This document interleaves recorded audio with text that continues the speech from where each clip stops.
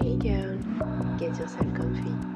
Light a candle and turn the sun down, cause I have a secret for you. It's time for you girls. Salut les filles, j'espère que vous allez bien. Je suis sur ma terrasse au soleil et je me suis dit que j'allais vous enregistrer un petit épisode. Pour tout vous dire, j'avais envie de dormir et pas du tout envie de travailler. En regardant mon chat qui faisait la sieste, je me disais mais quelle vie de rêve, moi aussi j'ai envie d'aller faire la sieste au soleil, il fait super beau dehors. Et je me suis dit bon bah écoute, plutôt que de faire la sieste et de ne rien faire entre guillemets, quoique j'adore rien faire hein, souvent, mais là j'ai pas mal de boulot et je me sentais de culpabiliser un peu de ne rien faire. Et je me suis dit je vais leur enregistrer un podcast, comme ça j'allie l'utile et l'agréable. Je fais une pierre deux coups, je profite du soleil, je bronze un peu et en même temps je vous enregistre un petit épisode. Donc si vous entendez des oiseaux, les oiseaux, le vent, quelques voitures au loin peut-être, des avions, c'est normal puisque je suis dehors. Alors j'ai pris le micro, je sais pas trop, j'ai pas de ligne directrice, mais comme le podcast est là pour donner la parole aux femmes sans sujet précis, je me suis dit que on allait juste papoter et, et on verra ce qui me vient sur le moment. Voilà, j'espère que ça vous va. Je vous mettrai quand même le titre et après le fil de ma pensée, il y aura forcément quelque chose de cohérent qui viendra. Aujourd'hui, je vous l'enregistre, on est jeudi, le combien? Le 20 avril. Et c'est la nouvelle lune en bélier, la deuxième nouvelle lune en bélier. Donc encore un nouveau cycle qui commence. Le temps de faire le moment, de faire le point sur le cycle précédent et sur nos intentions pour le cycle futur. C'est un peu voilà, l'énergie du moment. J'adore faire des rituels de lune pour les nouvelles lunes. Pas trop pour les pleines lunes, j'avoue. Mais pour les nouvelles lunes, j'adore faire des rituels. Et ce soir, je pose mon cerveau puisque je vais retrouver Hélène Moonchild chez Mintaka pour aller faire un rituel avec elle. On sera plusieurs, il n'y aura pas que moi. Donc du coup, c'est trop cool parce que je vais pouvoir recevoir. Étant donné que je transmets beaucoup, c'est hyper important de recevoir aussi. Donc ça va faire du bien de pouvoir être guidée et de faire le point sans diriger, sans se poser la question de voilà, qu'est-ce qu'on a envie, même si maintenant mes rituels deviennent de plus en plus intuitifs à force d'en faire. Et j'adore vous en créer aussi pour vous les transmettre, c'est trop cool. Mais c'est vrai que se laisser porter par quelqu'un, ça a quand même une autre dynamique. Et c'est quand même hyper kiffant de pouvoir juste venir et se laisser guider. Donc j'ai hâte de ce soir. Et pour vous dire un peu mon planning, voilà, puisque du coup je suis dans la confidence de mon planning, bon, même si vous écouterez cet épisode le dimanche et que mon planning sera déjà terminé, vendredi, je vais voir Victorine, qui est une énergéticienne absolument incroyable et qui donne un atelier vendredi soir. Donc j'ai hâte aussi, je pense que je vous partagerai tout ça, vous aurez déjà les news sur Instagram. Et samedi, c'est moi qui transmets, donc après avoir reçu pendant ces 2 jours, je transmets au salon du mieux-être, où des femmes du coup vont pouvoir recevoir la notion, pas la notion, mais vont recevoir les connaissances sur les phases du cycle et avec une petite pratique de yoga. Donc ça va être trop cool. Voilà. Bon voilà, vous avez mon planning, si ça vous intéresse. Mais de toutes les manières, ça sera terminé quand vous écouterez. Mais c'est pour vous dire un peu, voilà, ce à quoi je me nourris au quotidien pour après pouvoir vous transmettre à vous. Puisque c'est un vase communicant, hein, c'est toujours donnant-donnant. Enfin, donnant-donnant, je veux dire, on a besoin de se nourrir soi-même pour pouvoir après donner aux autres. Si c'est que dans un sens, du coup, c'est dommage. Même vous, si vous n'êtes pas praticien, quand vous recevez, vous donnez aussi en retour à votre manière, puisque en ayant débloqué des choses, vous allez rayonner une énergie différente, une vibrance différente que vous allez répandre autour de vous. Donc voilà, c'est une énergie qui circule et pour chacun d'entre nous, voilà, recevoir, c'est très important pour pouvoir donner en retour autour de nous et transmettre. Voilà, petite parenthèse planning et sur ce que je fais. Terminé. Et voilà. Et il y a aussi un truc qui me vient, c'est que je suis trop heureuse d'être au soleil. Je suis trop heureuse qu'il fasse beau, qu'il fasse chaud, enfin, puisque l'hiver, pour moi, c'est une période qui est très compliquée, où le froid, j'ai beaucoup de mal à gérer le froid.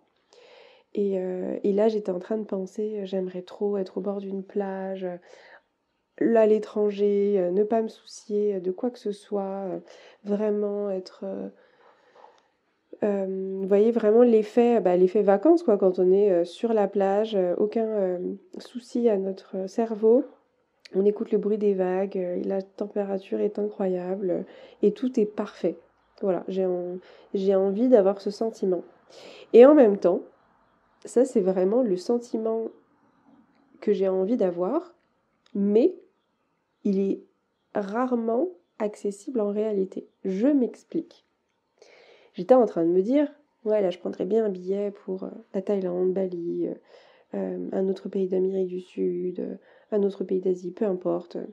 Un truc bien loin, vous voyez, là où il faut faire 11 heures de vol pour atteindre des endroits paradisiaques auxquels j'ai déjà vécu. Et au final, je me suis dit, mais en fait, ok, là j'ai pas la mer, mais je suis quand même vachement bien dans mon jardin. Et en plus de ça, si je réfléchis bien, ces pays lointains que j'aime tant, en fait, je les aime tant parce que quand c'est l'hiver en France, j'ai envie d'échapper à l'hiver et d'aller retrouver le bonheur du soleil et de l'été. Mais au final, dès que c'est l'été en France, bah clairement, on est bien en France, ou dans des pays limitrophes, hein, Espagne, Portugal, où on n'a pas besoin d'aller faire 50 000 kilomètres, et même déjà la France, on y trouve déjà tout ce qu'il faut. Et si je dois comparer, il y a des fois où j'ai passé des meilleurs étés à être à la plage, soit côté Biarritz, soit côté Landes, soit côté mer Méditerranée. Moi, j'ai la chance d'être à Toulouse et à 1 heure d'ici, 1 heure et demie, on a des super belles plages avec l'eau transparente et le sable fin. Donc oui, on n'est pas dans un pays tropical, mais la température est parfaite, le sable est nickel, l'eau elle est propre à souhait. Et on passe une journée entière, enfin en tout cas moi je passe une journée entière à profiter à max et avoir le bonheur de pouvoir rentrer chez moi dans mon lit et dans le confort de, de mon logement.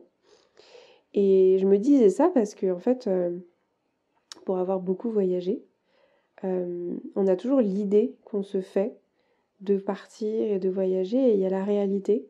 Alors je dis pas que c'est pas bien, hein, et que j'ai pas kiffé voyager, pas du tout, mais il y a quand même la réalité qu'il faut prendre en compte.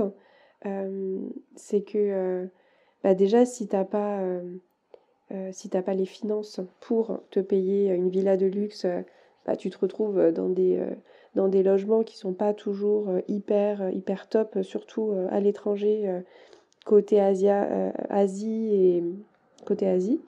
Même Amérique du Sud, hein, ça reste des pays où le seuil de pauvreté est plus important et ça se ressent sur les logements. Donc même si les logements sont moins chers, il y a quand même parfois la qualité qui n'est pas là pour la, on va dire, l'exigence d'un Français qu'on a en tête. Et, euh, et moi qui aime voyager, alors j'aime les beaux endroits, mais j'aime voyager aussi en étant proche du pays, de la culture. Et donc du coup, ça vient avec son lot d'inconvénients et son lot de non Instagrammables. Parce que ce qu'on voit, les belles photos sur Instagram, de plus en plus, il y a des reels qui se font avec Instagram versus réalité, où ils montrent la super belle photo, où ils ont cadré pour qu'il n'y ait pas les touristes, par exemple, et puis ils tournent la caméra, il y a tous les touristes autour, ou alors le petit bout de plage qui est propre, et puis en fait tout autour c'est dégueulasse, il y a des déchets partout.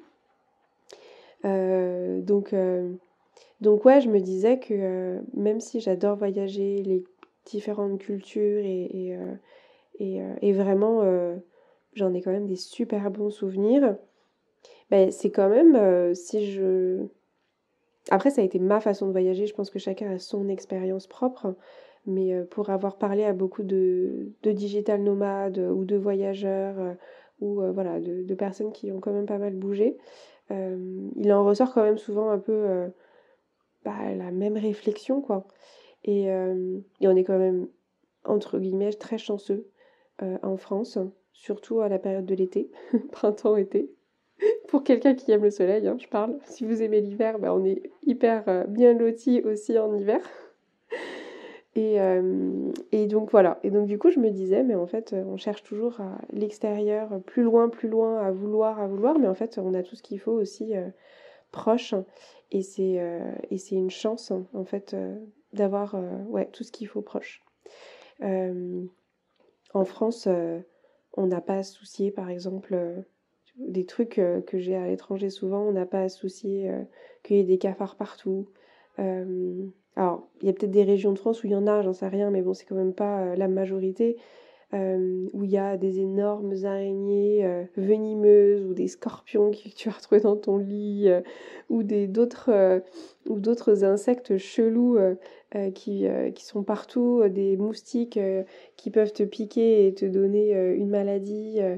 Euh, donc, encore une fois, moi j'ai voyagé, il m'est jamais rien arrivé. Mais t'as quand même tout ça qui est aux alentours, que t'as pas en fait en France, qui n'existe pas en France. Pas vraiment, en tout cas, c'est pas notre quotidien. Euh, et, euh, et ouais, et c'est quand même ouais, une grande chance. Moi, je me souviens, en Thaïlande, il y a des fois où, franchement, la plage était magnifique, paysage incroyable. Il y a des fois, en fait, ça me manquait de juste, parce que j'y ai vécu plus d'un an, donc un bon moment quand même.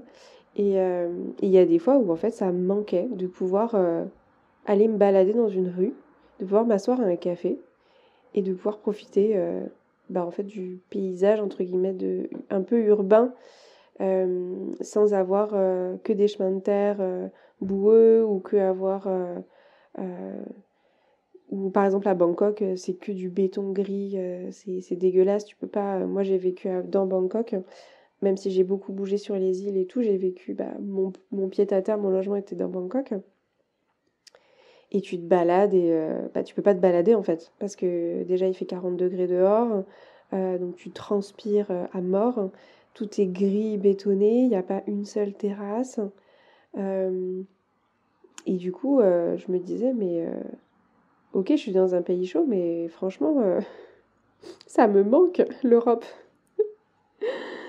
Après, voilà, quand tu habites sur une île, moi je suis pas allée je suis allée au Vietnam ou au Laos, hein, mais je suis pas allée dans les autres. C'est sûr que tu as des petits villages ou des petits coins où tu peux quand même un peu te balader et tu as quelques petites terrasses, mais c'est quand même pas la même ambiance. Donc, euh, donc voilà, je sais pas, j'étais en train de me faire cette réflexion. Et puis il y a aussi, pour quand tu es digital nomade par exemple, parce que moi c'était un peu mon but, et sans parler du Mexique, je suis allée aussi à Tenerife sur les îles Canaries. Et, et franchement, tu as l'idée de bosser avec ton ordinateur au bord de la plage ou au bord de la piscine, mais en fait, ça n'existe pas.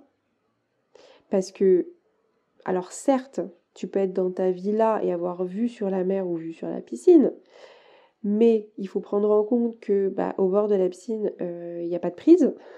Il n'y a pas de prise électrique, c'est normal, c'est au bord de l'eau. Donc du coup, si ton ordi tient pas la route, tu peux pas le charger, donc tu peux pas l'utiliser. Ensuite, il fait 40 degrés, donc clairement tes appareils électriques sont en surchauffe de ouf. Et même si tu es sous un parasol, quand il fait 40 degrés, en fait, tu transpires de malade. Tes appareils surchauffent. Toi, ça te donne encore plus chaud de les avoir près de toi parce qu'ils produisent de la chaleur. Alors en plus, le soleil, je vous raconte pas. Et au final, tu te retrouves à l'intérieur avec la clim. À tomber malade toutes les semaines parce que, moi perso qui suis très sensible, au niveau, qui suis très sensible au niveau du corps. Donc déjà que j'ai pas mal d'allergies facilement et tout. Alors la clim, clairement, à chaque fois, je suis enrhumée, hein. Donc du coup, tu travailles avec la clim à l'intérieur. Tu profites pas forcément de l'extérieur selon ton niveau d'horaire que tu travailles. Comment tu t'organises, quoi. Après, si tu arrives à travailler que 3-4 heures par jour, c'est trop cool et tu t'organises différemment. Après, quand tu es dans les lancements d'entreprise, généralement, tu travailles pas 3-4 heures par jour si tu n'as pas de collègues qui peuvent t'aider dans le support. C'est-à-dire que, par exemple, tu crées et eux, ils font tout ce qui est... je sais pas, je pense à par exemple, un podcast, hein, tu l'enregistres, tu le délègues après pour le montage, pour le publier, etc. Là, c'est sûr que c'est plus facile. Mais quand tu fais tout seul, clairement, tu travailles plus que 3 heures par jour. Au moins au début, avant de t'organiser, comme je disais, et de pouvoir lester. Donc voilà, donc c'est cool parce que tu as vu sur un paysage différent, que tu peux aller te baigner après. Le cadre de vie reste super, mais il faut quand même pas oublier que par exemple si tu dois bosser, tu es à l'intérieur avec la clim et que t'es pas au bord de la plage avec ton ordi. Ça, moyen, voilà. En général, ça existe moyen. J'ai même essayé avec l'iPad, pareil, il surchauffe en 30 secondes, donc c'est même pas la peine. Donc voilà. Donc c'est un peu des trucs que j'ai expérimenté et je me suis dit, mais en fait, moi je m'étais fait une idée, mais pas du tout, quoi, en fait. Mais pas du tout. Donc à ce rythme-là, moi personnellement, en fait, je préfère rester en France, avoir des températures plutôt correctes, même si dans le sud de la France, on atteint à certains moments des pics de température assez élevés. Mais on a une qualité de vie quand même, ouais, il faut quand même pas le négliger, quoi.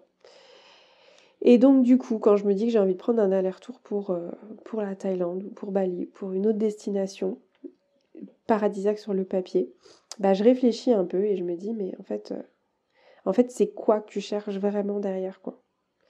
Donc je dis pas que j'y retournerai pas en vacances, mais en fait c'est juste plutôt la notion de voyager différemment.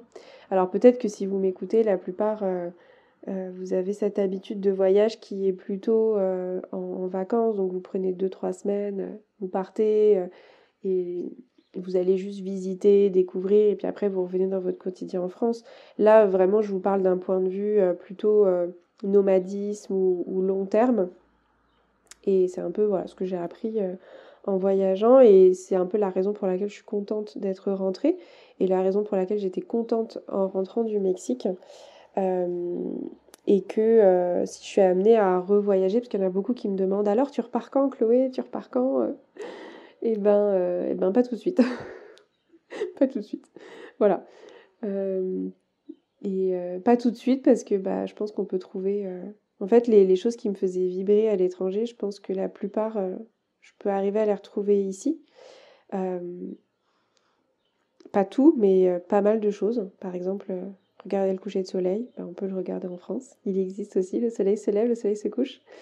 Et en France, on est entouré d'eau aussi, que ça soit des lacs ou que ce soit la mer ou l'océan. Donc on peut voir aussi des couchers de soleil sur l'eau, sans faire 50 000 kilomètres. On a des températures incroyables en été. Donc là, je vous redis ça parce que c'est le printemps. Là, ça y est, il fait 23 degrés, il fait super beau dans le sud. J'ai pas le même discours quand il fait froid et que on peut pas sortir parce que mes doigts et mes orteils gèlent dès que je mets un pied dehors. Et encore, on n'est pas dans des pays où il fait moins 20 degrés. Mais voilà. Donc le voyage, oui, mais d'une façon différente. Et puis je pense aussi que en avançant euh, dans une démarche de connexion à soi, puisque moi j'ai développé ça, hein, l'écoute de soi, l'écoute de son corps et de sa féminité, indirectement en fait bah, quand tu reconnectes à toi, à ta féminité, tu reconnectes aussi à la nature, puisque tu reconnectes au cycle de la nature. Je vous parlais de la nouvelle lune tu connectes avec la Lune, par exemple, qui est dans le système solaire. Mais tu connectes aussi avec la nature sur notre Terre, hein, donc les plantes et l'environnement, les animaux et aussi l'écologie. Et voilà, voyager tout le temps, c'est clairement pas écolo. Donc, donc ouais, après, je suis pas encore à un stade où à me dire je prends pas l'avion parce que ça me fait telle empreinte carbone. Mais par contre, ayant eu cette expérience et, et de me dire que je suis bien finalement là où je suis et que j'ai envie de voyager différemment, du coup, pour d'autres raisons, du coup, en fait, ça prend en compte un peu tout ça. Voilà, l'écoute de soi, l'écoute de la nature, l'écoute de l'environnement, et du coup, voilà, le voyage y passe aussi. Donc profitons de nos terrasses. Si vous n'avez pas de terrasse, il y a plein de parcs en France. Pour avoir vécu à Lisbonne aussi, j'ai été très surprise de voir que c'était une ville qui n'avait pas de parc. Il y a un très très grand parc énorme dans Lisbonne, mais un tout petit peu excentré. Il n'est pas en plein milieu de la ville. Et il n'y en a qu'un. Et bon, voilà, c'est pas non plus the parc.